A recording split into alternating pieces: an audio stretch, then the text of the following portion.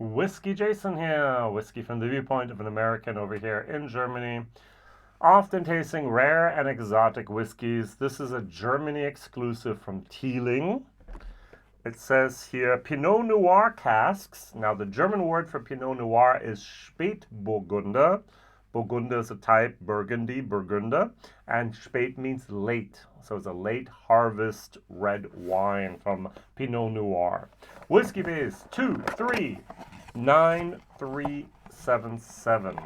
The recommended retail price is €42.90, which means that the average price online at the moment is $39.90.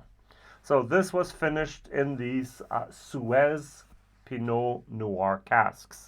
Now, it took me a little bit of time to finally figure out what it means here, a Suez Pinot Noir. And if I actually go to the vineyard that this is from, Reichsrat von Buhl. Reichsrat von Buhl is the 5th time that now Teeling has cooperated with this German vineyard. The first, there were 2 Riesling casks. The first one was a Riesling. The second one was 2020, was a Pinot Noir from Reichsrat von Buhl. The third one was a Riesling again. And recently, just last year, they had a Rosé, also from Pinot Noir. A Rosé from Reichsrat von Buhl. Now, the biggest problem I have with every single bottling so far in cooperation with Reichsrat von Buhl is a evil word called sulfur. So for some reason, each and every time Reichsrat von Buhl sends casks to Teeling, apparently, at least that's what my nose and my palate says, apparently they put this sulfur candle in there, and that sulfur oxide that is in the cask protects the cask from spoiling in transport, but it also combines with the wood and the wine that is in that wood, and then is transferred over to the whiskey itself, which I think is it's just frustrating. All right, I would love to have someone at Teeling to actually go, good cask, oh, sulfur alarm, nope. I would love for someone, before they filled it with that Teeling spirit, then there. We have 80% grain, we have 20% single malt, so 4 parts of grain for 1 part of malt, from a undisclosed Irish distillery, Cooley. And I was going to tell you why it's called the Suez Pinot Noir.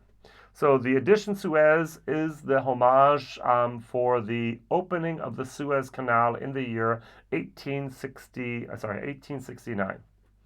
And during the opening ceremonies, a Riesling white wine from Reichsrat von Buhl was served. So from the very beginning, it was clear for the vineyard, Reichsrat von Buhl, that they would have a series called Suez. Now that label was created, and at the moment they have the Riesling, at the moment they have the Rosé, and at the moment they have the classic Pinot Noir red wine. So what am I going to compare this to? Just recently I did a bottle share of both of these at the same time. This is Portuguese, this is Douro Old Vine. These are red wine casks. These are red wine casks.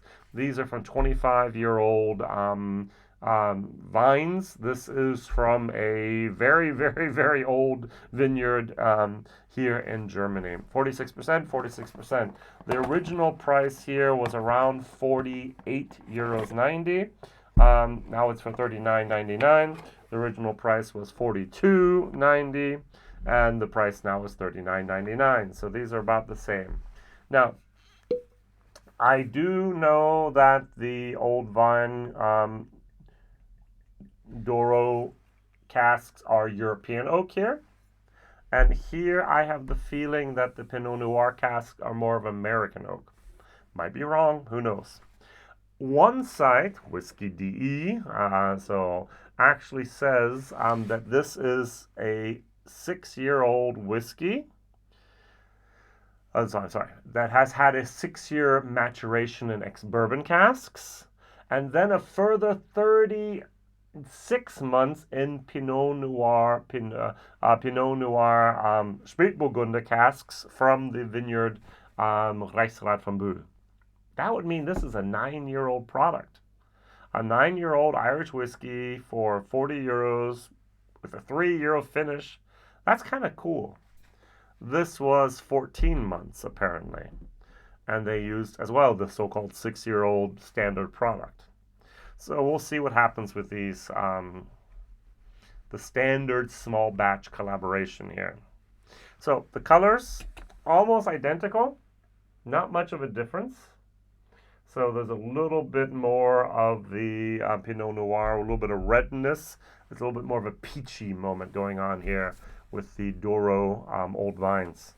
On the nose, I get more sweetness, more of a strawberry marmalade, and a little bit of that sulfur. Here on the nose, I get much more of a blackberry, dried plums, and European oak.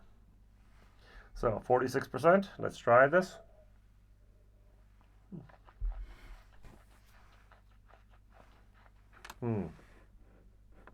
Way too much sulfur for me.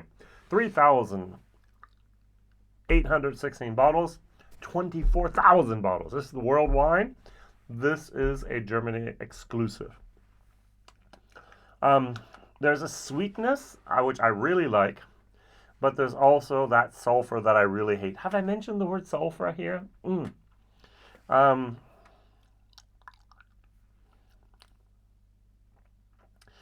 Yeah. If I were not sulfur sensitive, this might actually be a C plus whiskey. This has interesting, nice components going on in there. But for me, it's more of a C minus due to my sulfur allergy.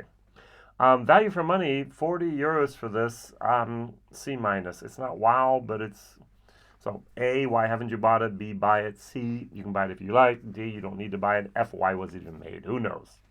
All right, so this is one of those, if you really want to buy it, go ahead, but be warned, buyer be warned, there is sulfur here, and in every single Reichsrat von Buhl cooperation so far, in my opinion, they've all, the rosé was so bad, I almost spit it out.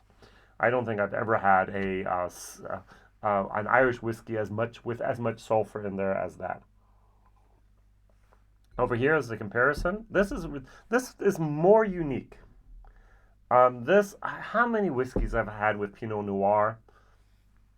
Dozens of a finish, all right? So for some other people, it's like, oh, I've never had a red wine finish. Yeah, I've had dozens of Pinot Noir cask finished products in my life so far. Is it well done? Well, because of the sulfur, no. Eliminating the sulfur component, yes. But still, that's an integral and integrated part of the whiskey experience for me.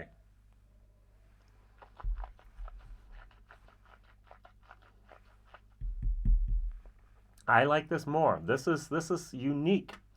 That it's almost like an overload of tannins. But the blackberry is really evident here. It's almost like a cranberry blackberry marmalade. I must admit, this is the one I would go for. This is just sweeter. It's a little bit of that strawberry marmalade. It's a little bit more, the word generic comes to mind, which it's not. This is a little bit, it's not even really my wheelhouse. If you ever see my video, I have my Bushmills 10, which I love more than this. But this is, the nose, no. Even if you put water in it, it actually gets more of the sulfur moment.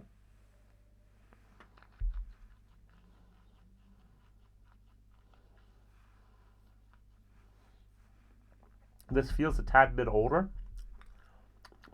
The viscosity, the creaminess, the mouthfeel is better here, just a tad than here. But it really just doesn't do it for me because of the sulfur.